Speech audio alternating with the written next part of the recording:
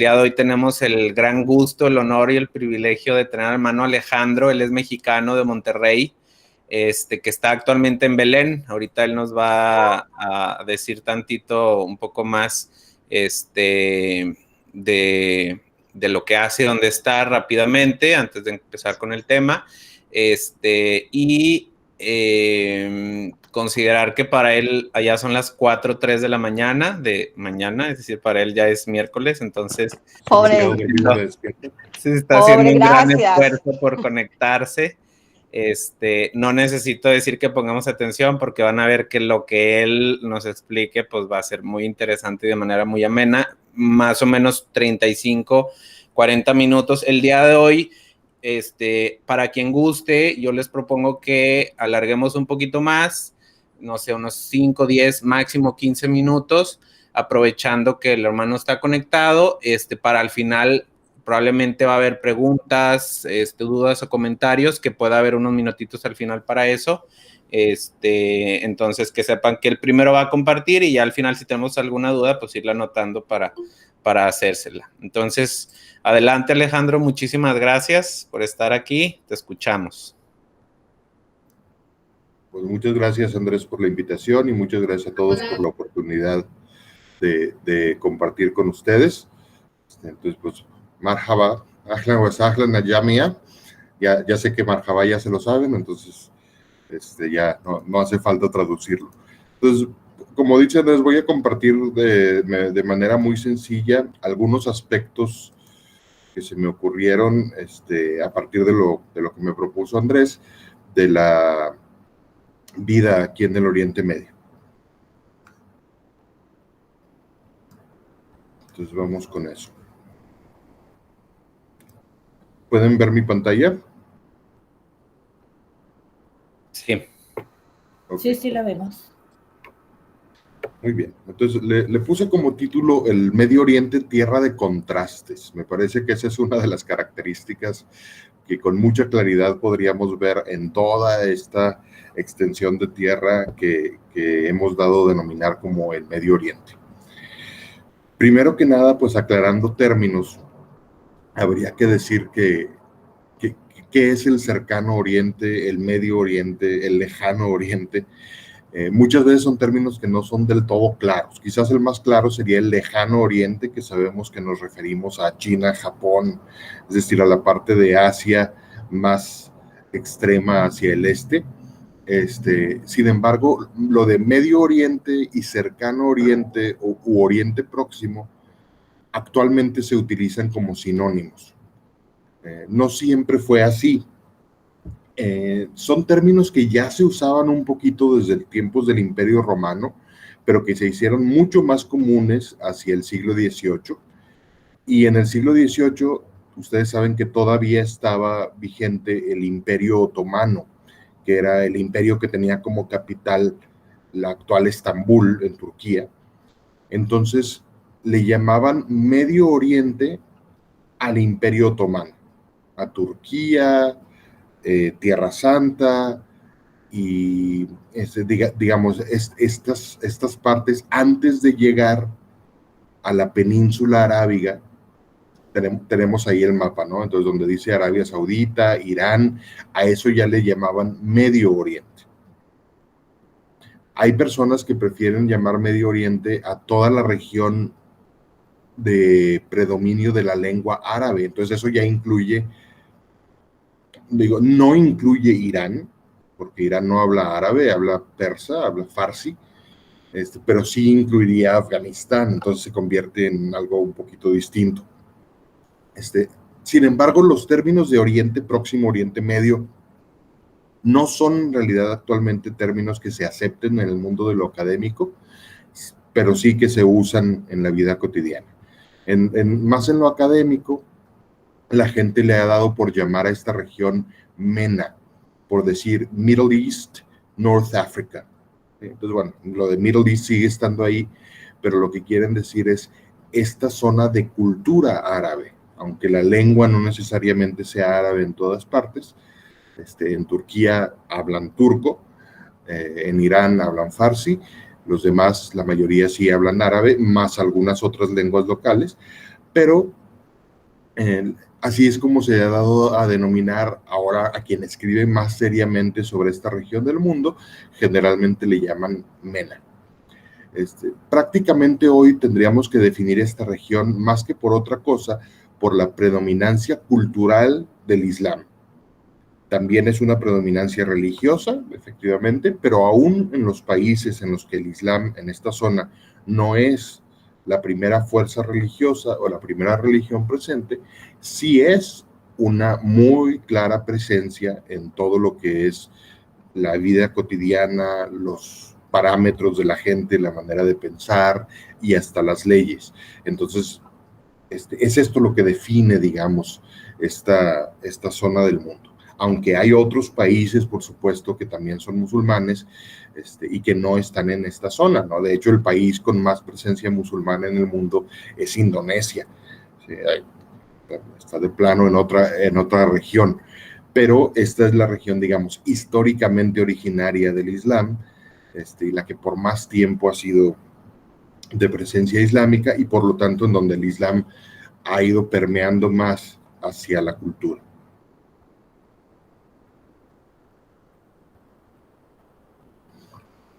Entonces, estamos hablando de lugares, ya enfocándonos en esta parte del Medio Oriente más cercana, digamos, al Golfo Pérsico, más cercana al Mar Rojo, de culturas árabes y fenicias. Los fenicios están ahí metidos en una partecita muy pequeña, pero importante de esta región. Son las tierras históricamente pobladas por los pueblos que llamamos semitas. Si ustedes son muy buenos para la Biblia, y si no, pues métanse a un curso de Biblia de Tijuana que tiene muy buenos, recordarán que uno de los hijos de Noé, el del arca de Noé y los animales, se llamaba Sem. Y los descendientes de Sem, entonces van a ser las lenguas semitas, los pueblos que derivan de esa rama, digamos, del árbol genealógico. Y las lenguas los pueblos semitas incluyen Aram, que hablan arameo, incluye Asiria, que hablan siriaco, incluye Babilonia, que hablaban babilonio, ¿sí? En su momento ya no existe, e incluye Canaán, que Canaán es la tierra bíblica, digamos. Entonces, en Canaán están muchos pueblos, ¿sí? Moabitas, edomitas, nabateos, jebuseos, filisteos, todos estos que ustedes oyeron en la Biblia, y los hebreos también entrarían en esta zona. Todos ellos hablan lenguas semíticas. Y Fenicia, que como pueden ver aquí en el mapa, Fenicia está en esta parte donde estoy moviendo el cursor. No sé si el cursor se vea, pero si no, donde dice hebreo con el círculo, que me parece que es anaranjado, no me crean mucho porque soy daltónico, en la parte superior está delineado el país del Líbano, y donde dice fenicios. Entonces, cuando uno habla con libaneses, ellos generalmente no se consideran a sí mismos árabes, estrictamente hablando, ¿sí? Se consideran fenicios.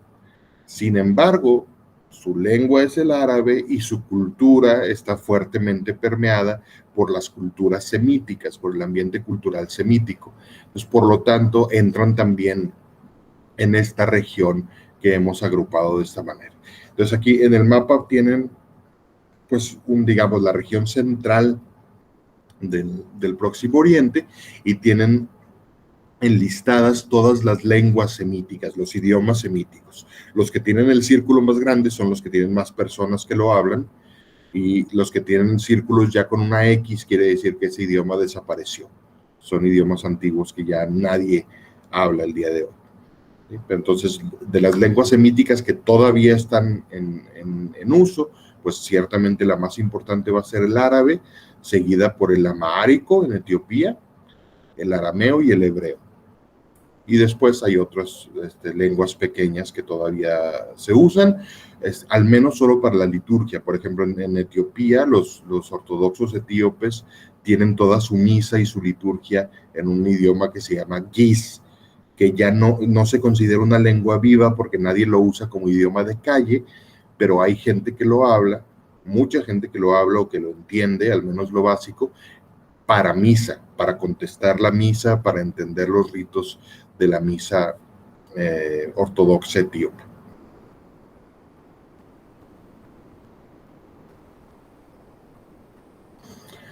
Entonces, bueno, entremos a un poquito a la parte más religiosa, que es uno de los aspectos predominantes, preponderantes de lo que sabemos y de lo que sucede en el Oriente Medio.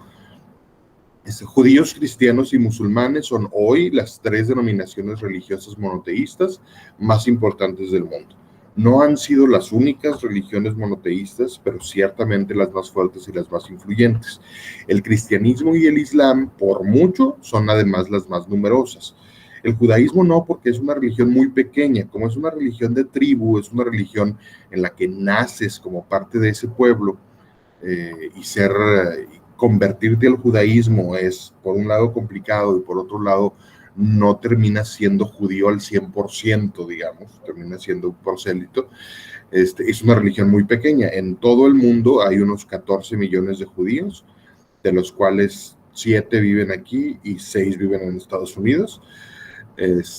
Entonces están muy focalizados. Pero el cristianismo y el islam sí están repartidos por todo el mundo y cada uno de ellos tiene 1 billón de personas. 1 billón en términos americanos, no en términos del español, ¿no? O sea, 1.000 millones de personas. Las tres religiones piensan de sí mismas y de los otros como que alaban al mismo Dios, reconocen que alaban al mismo Dios. El cristianismo acepta las escrituras hebreas, nuestro Antiguo Testamento, que son escrituras hebreas.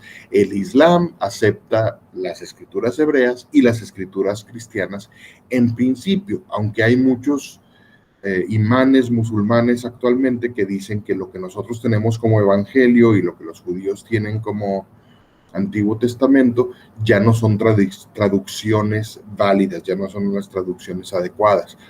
Esa es una de las razones por las cuales el Corán no se puede traducir. Es decir, si ustedes van a internet y buscan un Corán en español, lo van a encontrar. Pero ese Corán en español, cualquier musulmán lo consideraría inválido para rezar con él, para interpretar lo que Dios quiere de nosotros, etc. Tiene que tomarse a fuerzas en árabe. Porque una de las creencias básicas del Islam, aunque no sea algo históricamente demostrable o ni siquiera probable históricamente, o más bien sabemos que no es así, pero una de las consideraciones básicas del Islam es que no ha habido una sola modificación en el Corán desde que se escribió hasta la actualidad, que está en el idioma original, cosa que es cierta, y que nunca hubo ninguna tradición, ningún otro documento, mezcla de documentos a la hora de entrar en la versión oficial, etc. Ellos no tienen ninguna crítica literaria de su escritura, cosa que nosotros en el cristianismo tenemos muchísimo desde el siglo XIX.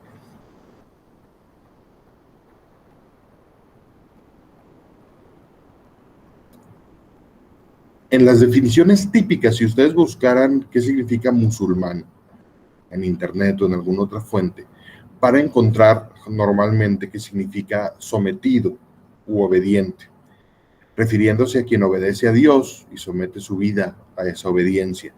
Sin embargo, no podemos definir las palabras de esa manera porque el pensamiento semítico es un pensamiento poético, es un pensamiento simbólico, ¿sí? Me parece que con Andrés aprendieron ya a decir, no, quizás no, Sabah al-Khair o Sabah Nur, que significa buenos días en árabe. Lo traducimos como buenos días y la gente está pensando en lo que nosotros pensamos cuando decimos buenos días. Pero literalmente cuando yo digo Sabah al-Khair, estoy diciendo mañana feliz, que tu mañana sea una mañana llena de alegría, la mañana de la felicidad, digamos. Y la respuesta más típica es Sabah Nur, que significa que tu mañana sea luminosa. Entonces, desde ahí nos damos cuenta que no es un idioma literal, te están hablando con figuras, te están hablando con poesía. Y además, Sabah Nur es solo una de las maneras de contestar. Aquí la señora que cocina aquí en la casa, en la mañana que la veo y le digo Sabah al-Khair, me contesta normalmente Sabah al-Ward, ¿sí? O sea, una mañana llena de flores, Sabah al-Asal, una mañana que sea dulce como la miel, etc. Entonces, lo mismo pasa con la palabra musulmán y con todas las palabras en árabe. No tienen una definición, tienen un rango de definiciones, son conceptos que abarcan un espacio de sentido, y para encontrar el sentido preciso uno necesita el contexto para saber verdaderamente qué se está diciendo. Entonces, cuando un musulmán, piensa en la palabra musulmán o en la palabra islam, no está pensando en sometido u obediente, que es lo que nosotros hemos agarrado de un diccionario para traducirlo. Porque musulmán e islam viene de la raíz árabe salama, que son estas tres letras que tienen aquí abajo, las únicas letras árabes que están en el texto principal: S, L y M. Digo, le estoy poniendo los nombres de las letras nuestras, pero esta raíz es salama, y salama puede significar cualquier cosa en el mundo de lo íntegro, seguro, libre, intacto, ileso, hasta libre, que para nosotros libre y sometido serían antónimos, ¿sí? Para ellos no. Entonces, cuando ellos piensan en Islam, cuando ellos dicen yo soy musulmán, no están diciendo soy un sometido, estoy diciendo soy alguien libre para seguir a Dios. Estoy diciendo soy alguien que encuentra la paz, o que encuentra la integridad, la seguridad completa en la vida siguiendo a Dios, obedeciendo a Dios, haciendo la voluntad de Dios. Entonces, bueno, esto creo que nos sirve a ustedes que seguirán aprendiendo más árabe, les sirve para entender esta muy particular realidad de las lenguas semíticas. Aplica igual para el hebreo, aplica igual para el arameo. Las definiciones de las palabras no son definiciones unívocas, claras y con una sola posibilidad, son rangos de definición. Entonces, la misma raíz de la palabra, esta raíz salama, produce la palabra salam, por ejemplo, que es paz. Entonces, un musulmán puede decir yo soy el pacificado, el que ha recibido la paz. También de ahí viene la palabra salamá, que quiere decir bienestar o salud, etc. Y la escritura árabe que tienen en la esquina, un poco más grande en negro, esa es la palabra paz, salam. Ya puesta de una manera medio caligrafiada. A los árabes les encanta la caligrafía. En parte porque la escritura es sumamente importante para ellos. Es la presencia más grande de Dios que tienen es precisamente la escritura, el Corán. Entonces, bueno, en muchas partes del mundo el Islam y el cristianismo conviven bien, conviven en armonía. Tanto entre los cristianos como en los musulmanes. Sin embargo, existen grupos radicales que buscan ser los supremos a toda costa y que buscan la conversión o la eliminación de todos los que sean distintos. Entonces tenemos problemas de discriminación hasta terrorismo, tanto de los cristianos para los musulmanes como de los musulmanes para los cristianos en distintas partes del mundo, y de los judíos y de otras religiones, pero bueno, ahorita me estoy enfocando en estos dos. Cuando estos grupos tienen el poder, los problemas se agravan y se derivan en persecución y discriminación. Aquí en el árbol genealógico, pues es como para explicar de manera más gráfica que somos parte de la misma familia. Esto de las tres religiones del libro, como les llamamos, pues el judaísmo nace de Abraham, más o menos en el 1800 a.C., que Abraham tiene 8 hijos, pero 2 famosos, Ismael e Isaac, y de Ismael, que tiene 13 hijos, van a pasar muchas generaciones y van a ser el profeta Muhammad, y en el año 622 después de Cristo va a fundar lo que es ahora el Islam. Mientras que Isaac va a tener a Esaú y Jacob va a tener a 12 hijos, que son las 12 tribus, y de ahí van a pasar muchas generaciones hasta que nazca Jesús de Nazaret, que funde el cristianismo en el año 30 después de Cristo, y entonces somos parte de esta misma familia, de esta misma corriente, digamos, y por lo tanto, pues, esa es la razón por la que consideramos que alabamos al mismo Dios. De hecho, Alá, que es la palabra para decir Dios en árabe, no es una palabra musulmana, así es la palabra que usamos los cristianos también todo el tiempo. Alá es Dios en árabe para los musulmanes y para los cristianos, es la misma manera de referirse a Dios. Como cosas curiosas, digamos, esta es una parte del mundo, todo el Medio Oriente, en el que la religión está muy mezclada con la vida cotidiana, con la ley, con la política, con muchos aspectos de la vida. Entonces, por ejemplo, en Líbano el presidente tiene que ser cristiano maronita, no hay de otra. A fuerzas, por ley, el presidente tiene que ser cristiano maronita. Y el primer ministro tiene que ser musulmán suní y el portavoz del parlamento tiene que ser musulmán chií, por ley. Para nosotros en México nos parece rarísimo que una cosa religiosa a este nivel esté presente en la ley, en la política, porque México ha sido rabiosamente laico y ultra laico, no, hemos perdido el sentido de la laicidad con tal de hacer a un lado la religión en la política, pero acá sí es. Aquí en Tierra Santa, en Belén, en Nazaret, en Ramala, que son ciudades tradicionalmente cristianas, el alcalde siempre tiene que ser cristiano. Y ahorita la población cristiana en estas ciudades andará por el 10%, el 8% nada más. Y sin embargo, el alcalde tiene que ser de ese 8%, de ese 10%, tiene que ser cristiano por ley.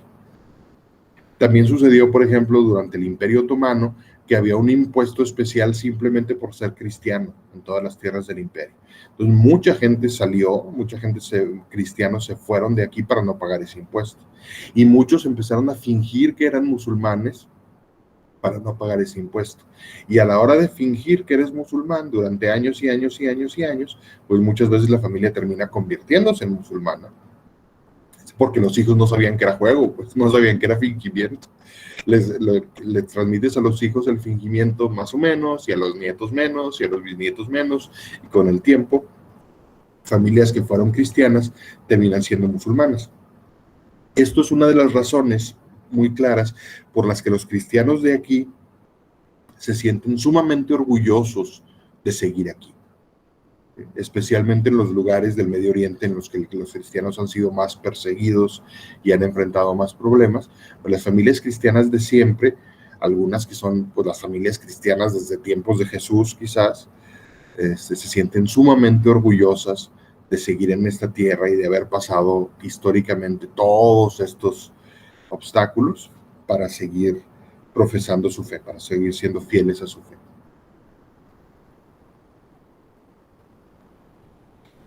Un conflicto de origen, por ejemplo, cuando nos metemos a Islam y cristianismo.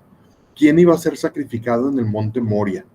¿Sí? Los judíos y los cristianos decimos que Abraham llevó a su hijo Isaac al monte Moria a sacrificarlo, y entonces el ángel detiene el sacrificio y le dice que Dios es un Dios de vivos y no un Dios de muertos y demás. Conocen la historia. Los musulmanes tienen la misma historia, nomás que en lugar de ser Isaac es Ismael, es el otro hijo. Entonces, bueno, es una de las diferencias. ¿Cómo murió Jesús de Nazaret? Nosotros, los judíos, creo que no se meten en el tema, no les interesa cómo habrá muerto. Nosotros decimos que Jesús murió en la cruz y resucitó. Los musulmanes creen que Jesús no murió en la cruz, sino que Dios lo salvó de alguna manera. Algunos dicen incluso que no era Jesús el crucificado, que era un reemplazo, y Jesús vivió muchísimos años más, se casó y murió ya de viejo. ¿Quién era Jesús de Nazaret? Pues para nosotros Jesús es el Mesías, el Hijo de Dios y Dios mismo. Para ellos Jesús de Nazaret es un profeta importante, pero un profeta solamente. ¿Dónde termina la revelación? Pues nosotros los cristianos tenemos como parámetro canónico que con la muerte del último discípulo de Jesús se acabó la revelación escrita. Ya no entra nada más en la Biblia después de que murió San Juan, que fue el más joven, el que murió más tarde de los apóstoles. Mientras que, por supuesto, para ellos en el Corán, pues va a entrar el Corán mismo, que es una escritura del siglo VII.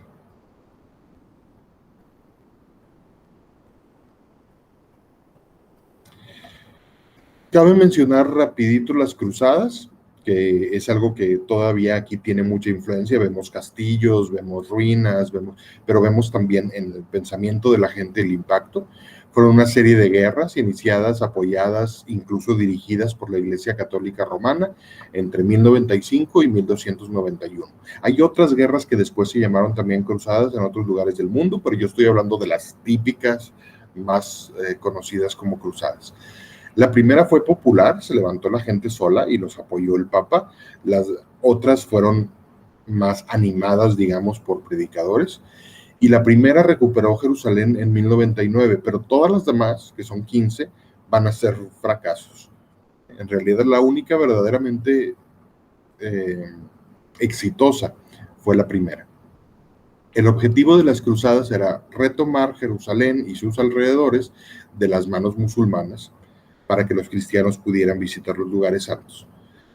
La presencia cruzada en Tierra Santa va a terminar en 1291, 200 años después, cuando cae el reino de Jerusalén completamente con la caída de Acre, que fue la última ciudad.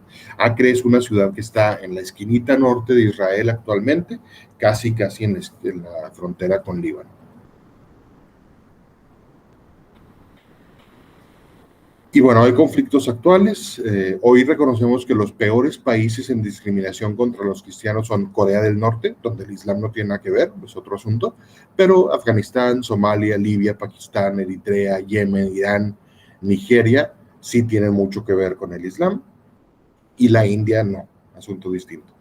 Los peores países en discriminación contra los musulmanes son China, Myanmar, India, donde los cristianos no tenemos gran cosa que ver, pero Estados Unidos, Francia, Reino Unido, sí tenemos que ver.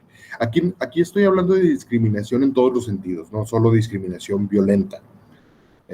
Si nos metemos a violencia, a lo mejor las listas de países cambian un poquito.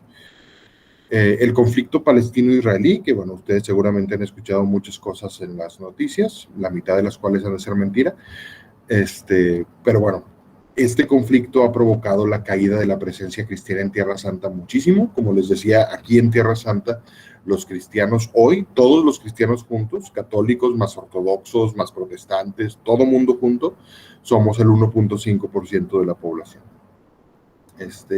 Y el conflicto internacional generalizado de los derechos humanos contra la ley Sharia. Ahora que los talibanes tomaron Afganistán de nuevo, pues seguramente han escuchado ustedes muchísimas preocupaciones, sinceras y no tanto, de los medios de comunicación sobre qué les va a pasar a las mujeres, qué va a pasar con los derechos de las mujeres, porque la ley Sharia, que es como una constitución directamente derivada del Corán, es la ley máxima que aplica en los países donde el gobierno es oficialmente musulmán, que no es el caso donde yo vivo, por ejemplo. Aunque el país sea musulmán, el gobierno no es oficialmente musulmán, la constitución no es la ley Sharia, pero la ley Sharia sí tiene, digamos, parámetros que desde nuestra visión occidental implican violaciones a los derechos humanos, especialmente de las mujeres, pero también de otras personas y grupos.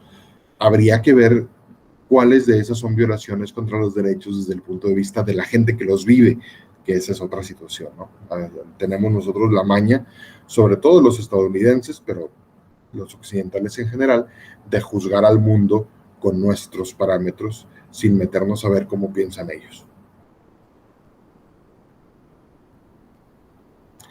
Y finalmente, bueno, se habla mucho de terrorismo en el Medio Oriente, pero yo quiero dejarles nada más la idea, aunque seguramente con el hermano Andrés verán más cosas al respecto, que es importante no dejarnos llevar por las noticias, especialmente por las noticias de grandes cadenas y de países poderosos, que son la mayoría de las que nos llegan. Hay grupos designados como terroristas que no son grupos terroristas. Simplemente no lo son, pero sus intereses no les convienen a los poderosos y entonces no los van a presentar como terroristas. Hay grupos que son terroristas por definición y nadie los va a designar como terroristas nunca. Y en las noticias te los van a presentar como heroicos, como oficiales, como súper importantes para la vida, y son de lo peorcito que se puedan imaginar en la realidad. Entonces es importante no quedarnos con lo que nos dicen los medios y meternos a investigar un poquito más y recordar que todo lo que pasa en la historia tiene dos lados y que hay que tratar de escuchar los dos lados antes de formular un juicio. Entonces, hay grupos que incluyen, por ejemplo, facciones terroristas, que dentro del grupo hay un grupo de gente que hace terrorismo, pero también tiene facciones políticas y también tiene facciones de otra índole, ¿sí? De otro tipo de actividades dentro del grupo. Entonces, no puedes clasificar a todo el grupo como un grupo terrorista, sino a una facción de ese grupo como grupo terrorista. Y aquí estoy siendo muy estricto con lo de terrorismo, es decir, gente que hace actos cuyo objetivo es irrumpir y destruir la vida normal de la gente por medio del miedo. Hacer que la gente no pueda tener su vida normal porque tiene miedo de hacerlo normal. Eso es el terrorismo. Y por supuesto, hay también grupos terroristas de todo a todo. Hay grupos verdaderamente terroristas que ese es su objetivo y a eso se dedican. Claro que los hay y existen en estas partes del mundo y en otros. Pero bueno, como les digo, a la hora de tratar de entrar en ese discernimiento, hay que ser muy críticos al respecto y darnos cuenta que algunos de los clasificados y de los más famosos como grupos terroristas están luchando contra opresiones históricas muy fuertes y muy importantes, y habría que ver si eso no es válido, ¿sí? Porque hoy, por ejemplo, el ejército de Israel nació de un grupo que era considerado un grupo terrorista en su momento, y hoy en Israel los consideran superhéroes. Y la oficialidad de los medios los consideran superhéroes. Y yo me voy a reservar mi opinión respecto de ellos, pero esa es una realidad. Entonces, ¿cuántos grupos de los que hoy el mundo llama terroristas, cuando termine la historia, van a terminar siendo héroes porque lograron cosas importantes? ¿O llamados héroes por intereses?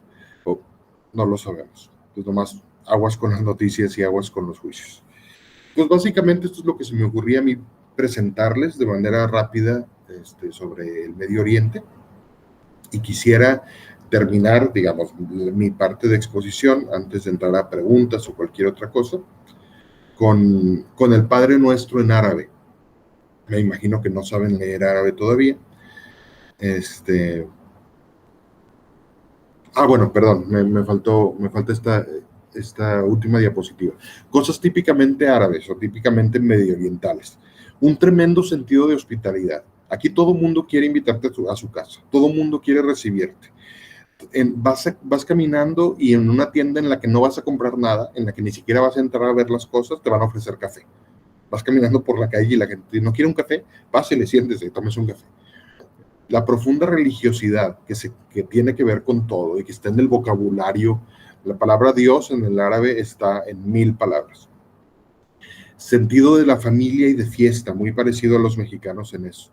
La comida, carnes asadas les encantan, hummus, falafel, tajine, que es una especie de salsa, fulful, otra especie de salsa de habas, dátiles, uvas, vinos, verduras rellenas, ¿sí? Hojas de parra, calabacitas, todo eso lo rellenan, cordero. Arte en bordados, arte en madera, arte en conchas de mar, todo eso es muy típico de estas regiones.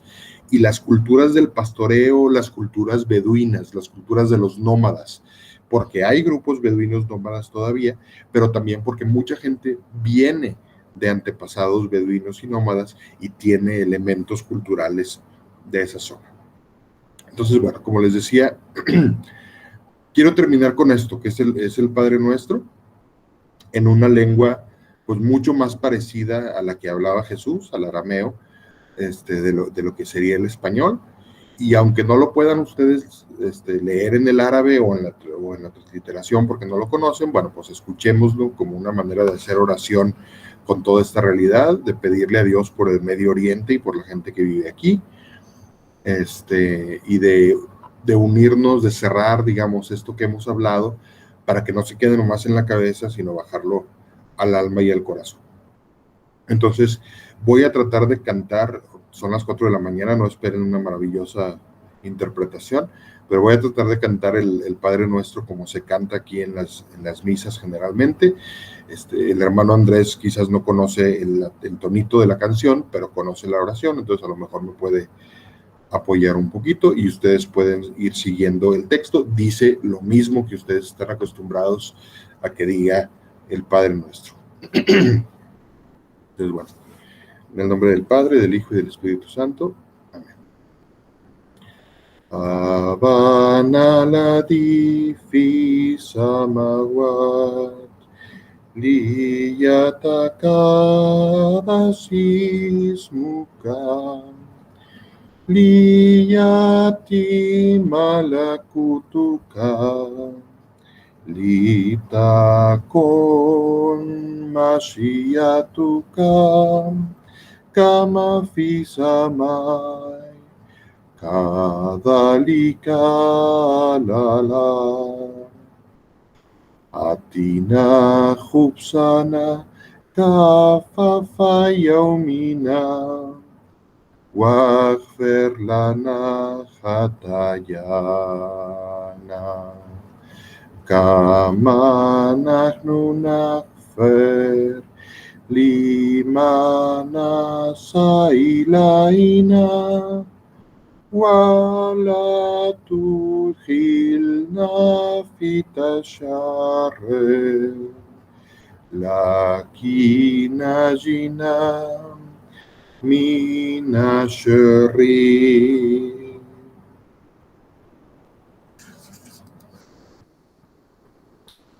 Y aquí dejo yo de compartir pantalla. Muchas gracias por escuchar. Y si hay comentarios o preguntas, adelante. Muy bien. Ahorita entonces, si quieren, la idea es que al final de este curso, si se puede, volvamos a tener una conexión, a lo mejor pensar y planearlo un poquito más tarde para nosotros, para que para el hermano Alejandro no sean las 4 de la mañana, y que nos hable más sobre lo que hace específicamente en Belén. Él está en la Universidad de Belén, que es una universidad dirigida por hermanos lasallistas de Estados Unidos, pero que está en Palestina. Y sería muy interesante que él nos contara lo que hace él y lo que se hace y lo que se ha hecho, que es una obra muy bonita. Y un poquito más específicamente sobre Palestina. Ahorita, si quieren, vamos a enfocarnos estos 10, 15 minutos máximo en preguntas o comentarios que tengan sobre como panorama general que nos dio sobre la historia de Medio Oriente, los árabes, los fenicios, los conflictos. Si alguien tiene alguna pregunta, tratar de no entrar mucho en cuestiones así como muy controversiales, para que no se vaya todo el tiempo en una sola pregunta, sino en cuestiones, pues, inquietudes, a lo mejor que tengamos que nos ayuden a aclarar nuestra percepción de lo árabe, de la cultura de aquellas zonas. Entonces, está Carla Arellano, levantó la mano a media presentación. No sé si era para una pregunta o comentario. Carla, si quieres hacerla en este momento. Y luego, si quieren, vamos levantando la mano de Meet, y aquí en la lista yo voy mencionando el orden en el que pueden hacerlas. Adelante. Hola, buenas tardes. Hermano Alejandro, muchas gracias, muy interesante la presentación que tuvo. Y yo sí tengo una pregunta respecto a las curiosidades que nos mencionó, que en lo que menciona que en Medina no tiene que ser el presidente y cada líder o cada representante más bien, tiene que ser de diferente religión. Y mi pregunta es, ¿cómo llegan a acuerdos? Porque me imagino yo que pues influye mucho la religión, ¿no? Entonces, ¿cómo es que todas estas personas llegan a acuerdos para el bien del pueblo? Gracias. A veces no llegan. Depende de la situación. Una de las cosas chistosas, ¿no? Por ejemplo, la puerta del Santo Sepulcro, que es la iglesia más importante para los cristianos, donde Jesús resucitó y demás.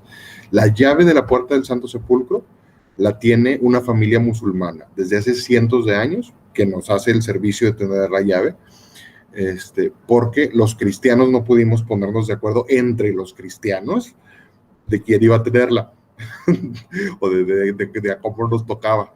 Entonces, de hecho, tuvimos aquí en la universidad la visita del encargado de la llave, del custodio de la llave, hace un mes o algo así. Pero es una familia musulmana que tiene el cuidado de la llave desde hace 400 años o una cosa así. Y se la han ido pasando porque no pudimos ponernos de acuerdo en quién iba a tener la llave. En el Santo Sepulcro sigue habiendo Cuando vengan a visitar, Dios mediante, van a verlo encima de la puerta principal en una ventana. Sigue habiendo una escalera que está ahí recargada. Nadie sabe quién puso esa escalera ahí. Está ahí cuando menos desde hace 150 años. Y no la pueden quitar porque nadie sabe quién la puso. Entonces, como nadie sabe quién la puso, pues nadie sabe quién la debe quitar. Bueno, y por el estilo. De hecho, es una iglesia antiquísima, entonces la reparación del domo que está sobre el Santo Sepulcro, sobre la tumba de Jesús, el que logró poner de acuerdo a todos los grupos cristianos fue un hermano nuestro, para que se reparara, porque ya tenía andamios para que no se cayera y era un relajo con la cantidad de gente. Entonces ahorita está muy bonito, pero fue un hermano de La Salle el que logró dialogar con todos. Y ahorita te estoy hablando de los cristianos entre los cristianos. Y de asuntos religiosos, ¿no? O sea, mirar cómo se llaman. Entonces, cuando nos metemos en otras, ya en lo político y demás, puede ser muy complejo. Líbano tiene un sistema que pues les ha funcionado, con altas y con bajas y con problemas y con lo que quieras, pero bueno, como que llevan muchos años con esta mezcla de religiones funcionando en el nivel más alto del gobierno. Aquí en Belén, por ejemplo, justo ayer hubo una gran junta de los cristianos y los musulmanes, porque unos jóvenes se pusieron a tomar cerveza cerca de unas albercas enormes de agua que hizo el rey Salomón en aquel tiempo. El problema es que estaban muy cerca de una mezquita, entonces los musulmanes se ofendieron y dijeron que eso era una falta de respeto, hicieron el circo de la vida. Entonces pasaron 3 semanas de peleas y conflictos, y apenas ayer el gobierno de la ciudad, que es cristiano, fue a juntarse con los líderes musulmanes para ponerse de acuerdo en que no pasara nada. Entonces es bastante complicadito, como te podrás imaginar. Es cosa de seguir las leyes y de saber qué dice exactamente la ley y tratar de aplicar eso, y de, a pesar de ser de X o Y religión, pues tratar de ser parejos con todos. De eso se trata. Pero no siempre se logra, es bien complicado. Muchas gracias. Claudia Rodríguez. Buenas noches, hermano Alejandro. Yo siempre he pensado que allá como que se detuvo el tiempo. O sea, como que está lo antiguo con lo moderno, tantas religiones revueltas, porque para mí pues así las veo, están todas revueltas. Siempre me ha llamado la atención precisamente lo que decía Carlos, o sea, cómo lograban ponerse de acuerdo, usted ya lo explicó, pero para mí allá es como que se detuvo el tiempo. O sea, viven con cosas del pasado y tratan de, bueno, yo así lo veo, de integrar el presente, pero hasta cierto punto. ¿Me equivoco, hermano? No, es correcto. Hay cosas del pasado que se valoran mucho y que se quieren conservar. Son pueblos muy tradicionales, o sea, aquí hacer las cosas como las hacía el papá, el abuelo, el bisabuelo, tiene valor. Es algo que se valora mucho. Vivir en la tierra que vivieron tus antepasados tiene mucho valor, el apego a la tierra, el apego a tu lugar. Y además aquí pues levantas una piedra y te encuentras ruinas. ¿Sí? O sea, aquí a la gente le da miedo remodelar su casa, le da miedo a tratar de hacer un cambio, porque aguas, en cuanto escarbes algo, abajo va a haber algo más antiguo. Y si se da cuenta el gobierno, pues capaz que hasta te quitan la casa porque esa ruina hay que estudiarla. Entonces, así como que tira, muevas todo que quede ahí. Entonces, ciertamente son ciudades súper antiguas. Aquí en Belén tenemos un serio problema de tráfico, porque pues obviamente una ciudad planeada hace 2000 años no está hecha para los carros de ahora y para la cantidad de carros que hay, entonces el tráfico es un auténtico relajo, pero pues tampoco es como que te vayas a poner a tirar edificios de 200, 300, 400, 800, 900 años para hacer calles más grandes. Entonces, sí, es una mezcla muy interesante de lo antiguo y lo nuevo y cómo vivir la modernidad en un contexto de antigüedad que vale la pena conservar. Gracias, hermano. Maribella. Bueno, hermano, aparte de agradecerte una vez más, que decirte que me encantó la clase, la plática, te quería preguntar algo referente a lo que acaba de preguntar Claudia, y desde la vez pasada tenía yo esa duda. Los jóvenes cómo viven con o sea, con esa modernidad y con esa parte antigua, porque pues me imagino yo que sí hay mucha espiritualidad, hay diferentes ideas religiosas, pero un joven, por ejemplo, ¿cómo se desenvuelve? Ahorita que mencionabas lo del conflicto que hubo de la reunión de ayer, que por qué tomaron, pues yo no me imaginaba como que los chavos allá salieran y se pusieran a tomar, o sea, como que la visión la tenía distinta. ¿Cómo viven, cómo un joven se vive allá? O sea, qué costumbres, limitaciones, no sé. Pueden, es decir, hay mucha influencia de lo moderno en música, de Estados Unidos, igual que con nosotros, en la manera de vestirse. O sea, todavía usan en algunos casos alguna prenda árabe como simbólica, pero la mayoría de los jóvenes andan vestidos como occidentales, sobre todo los hombres. En las mujeres es mucho más común que anden vestidas como árabes. Y bueno, las musulmanas, además que usen velo, que usen algo más, ¿no? Hay cosas de nuestro mundo normal que acá no existen, o sea, simplemente no existen y no son parte de la vida de los jóvenes, por lo tanto. Es decir, aquí no hay un solo antro, no existe. En la ciudad no hay ningún lugar así, porque no hay ningún lugar donde puedan estar hombres y mujeres jóvenes bailando, cantando, conviviendo, ese tipo de cosas. No se puede, punto. Aquí salen los muchachos hombres con sus amigos hombres, las muchachas mujeres con sus amigas mujeres, se juntan, fuman muchísimo, hombres y mujeres, entonces se van a cafecitos, a fumar juca, a fumar las arguilas, pues estas cosas como que hierven, sí, con la manguerita y demás. Entonces eso es súper popular y súper común, sobre todo con las niñas, fuman como cafeteras las jucas esas. Entonces eso hacen juntadas en casas, hacen juntadas en cafecitos y restaurantes, pero el noviazgo no existe, por ejemplo, no existe ni siquiera la palabra novio o novia en árabe, no existe palabra para definirlo. Y entonces, bueno, algunas familias más modernas y sobre todo las cristianas permiten algo parecido, pero sigue siendo muy mal visto, por ejemplo, que puedes ver a dos muchachos agarrados de la mano, aquí no se ve gay, es perfectamente normal, a dos muchachas agarradas de la mano, pero a un muchacho y una muchacha agarrada de la mano jamás, jamás en la vida, se vería súper mal, la muchacha perdería su reputación, sería una deshonra para la familia. Y si es una familia muy tradicional, pueden tomar hasta acciones violentas en contra de la muchacha, por haber deshonrado a la familia, por agarrarle la mano a un hombre o por estar platicando sola con un hombre. Una vez que salíamos del grupo juvenil, estaba una muchacha ahí esperando y uno de mis hermanos le dice, oye, pues si no llegan por ti, pues que te dé un ride André, él trae carro. Y el mismo muchacho le dijo al hermano, yo no puedo subir a una muchacha a mi carro aunque sea para darle ride. O sea, que alguien vea que esta muchacha se subió al carro conmigo y arde Troya. Es imposible que vayamos a hacer algo así. Ella tiene que esperar a su papá o a su hermano que venga por ahí. Y todavía hay asesinatos de honor, todavía hay aquí, o sea, familias que se sintieron deshonradas por algo que hizo la muchacha o el muchacho, lo que es mucho más común con mujeres, pero que la misma familia los llega a matar por X cosa que hicieron. Entonces, bueno, estas cosas no existen, ¿sí? No existe el noviazgo, no existen los antros, pero son muy amistosos, salen a cafés, salen a restaurantes, salen a pasear, a caminar. A mí, como soy religioso, es más fácil. Por ejemplo, un grupo de alumnas me puede invitar a que camine con ellas en la ciudad antigua o a ir a una mezquita a la que yo no entraría normalmente.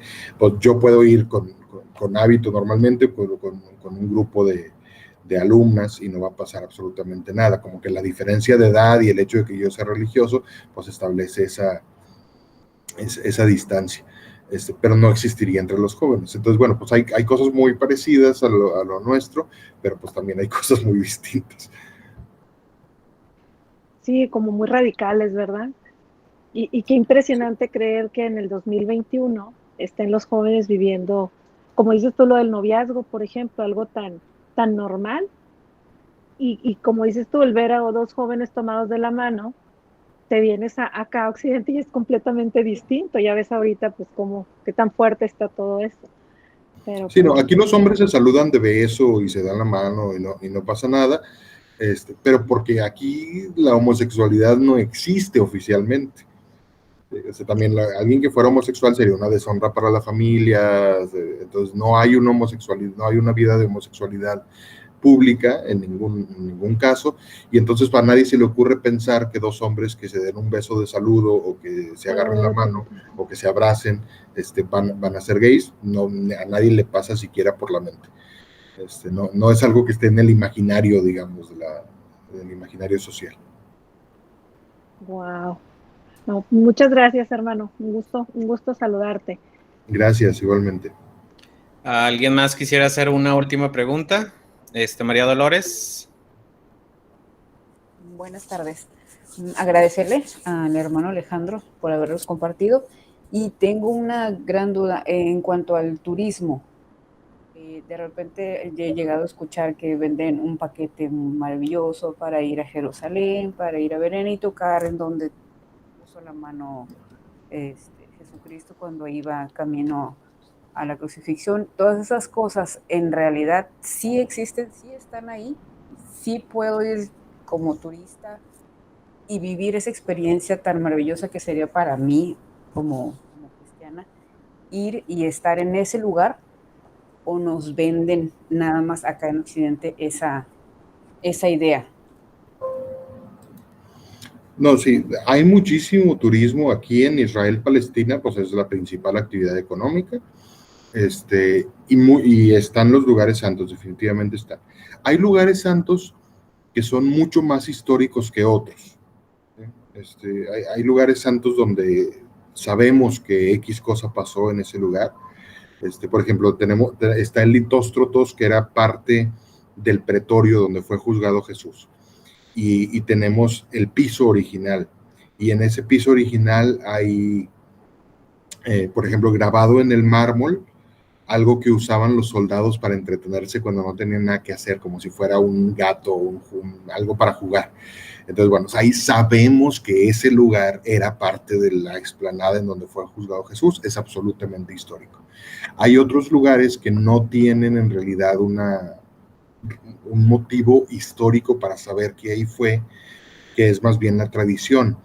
Pero hay tradiciones muy antiguas, es decir, por ejemplo, aquí la cueva donde nació Jesús, pues digo, obviamente no hay ninguna prueba física, arqueológica de que ahí fue, pues no construyeron nada para que naciera Jesús, etcétera. Pero tenemos evidencia de que ese lugar era venerado como el lugar en que nació Jesús desde el siglo I. Entonces, bueno, pues, ese fue, o sea, la gente que vivía cuando eso sucedió, ese era el lugar que marcaron, entonces, bueno, es sumamente histórico. Hay lugares donde tenemos evidencia que no cambia, por ejemplo, en Nazaret está el pozo de agua. Bueno, nosotros cuando decimos la anunciación del ángel a María nos la imaginamos normalmente en su casa.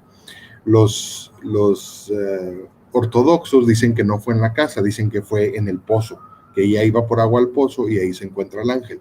No es un asunto de dogma, es decir, no es oficial que haya sido en la casa o en el pozo, pero tenemos el pozo de Belén, y pues el pozo de agua no se mueve, o sea, el pozo que está ahí, pues era el pozo hace 2000 años, ahí está el agua. Entonces, pues ese es un lugar al que haya estado el ángel ahí o no, María iba a ese pozo por agua, no hay de otra, pues porque es el pozo de agua del pueblo. Entonces ese es un lugar sumamente histórico. Pero hay otros lugares, por ejemplo, aquí en Belén hay un lugar que se llama el Campo de Pastores, el lugar donde los pastores reciben al ángel para avisarles que Jesús nació y emprenden la caminata hacia el pesebre. Entonces, aquí en Belén hay 3 campos de pastores, el de los católicos, el de los protestantes y el de los ortodoxos, y cada uno dice que el suyo es el bueno. Entonces, pues ahí, ese es un lugar mucho más difícil de comprobar. En este caso particular, igual, la tradición más antigua, el lugar que tiene ruinas y que tiene más probabilidad de que sea históricamente, es el católico en este caso. Hay otros casos en el que el lugar ortodoxo es mucho más probable o lo que sea, pero no podemos estar 100% seguros, pero la tradición lo marca. O los lugares del Via Crucis, ¿no? Los lugares del Via Crucis pues están marcados por tradición. Si fue exactamente ahí la primera caída y allá la segunda, pues es muy difícil saber. Pero estás en Jerusalén, estás recorriendo la ruta más o menos que Jesús recorrió, y pues eso tiene un significado espiritual y demás muy importante, ¿no? Entonces, pues sí, tenemos muchísimos lugares santos, muchísimos para aventar para arriba, y muchos de ellos con una fundamentada razón histórica para pensar que ese haya sido el lugar. Pero también hay otros con menos razones históricas y que son más bien tradicionales, y hay otros lugares de plano turísticos. Por ejemplo, los judíos se inventaron el lugar del buen samaritano, donde fue la posada del buen samaritano. Pues eso es una parábola, eso no pasó. O sea, no es un hecho histórico, es una historia que contó Jesús. Entonces, que tengamos un lugar donde ahí estuvo la posada, pues es algo que nomás se inventaron los judíos para atraer turistas cristianos. Bueno, pues muchísimas gracias, principalmente a ti, Alejandro, por levantarte temprano y preparar esta exposición.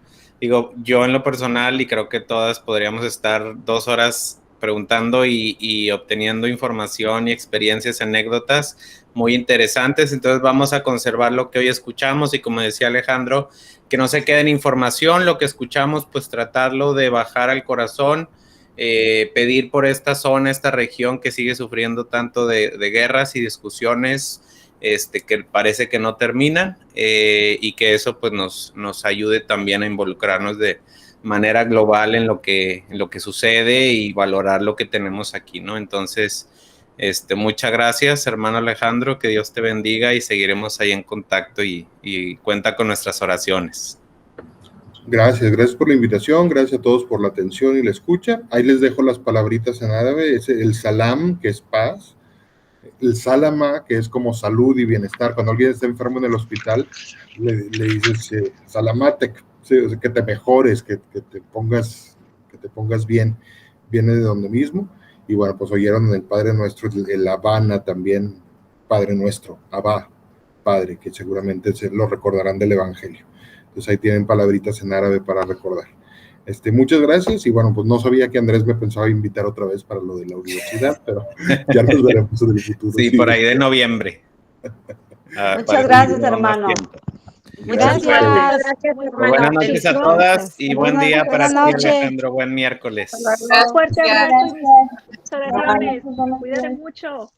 Gracias. Gracias. Buenas noches. Gracias, hermano. Buenas noches a todas. ¿Me va a pasar lista, hermano?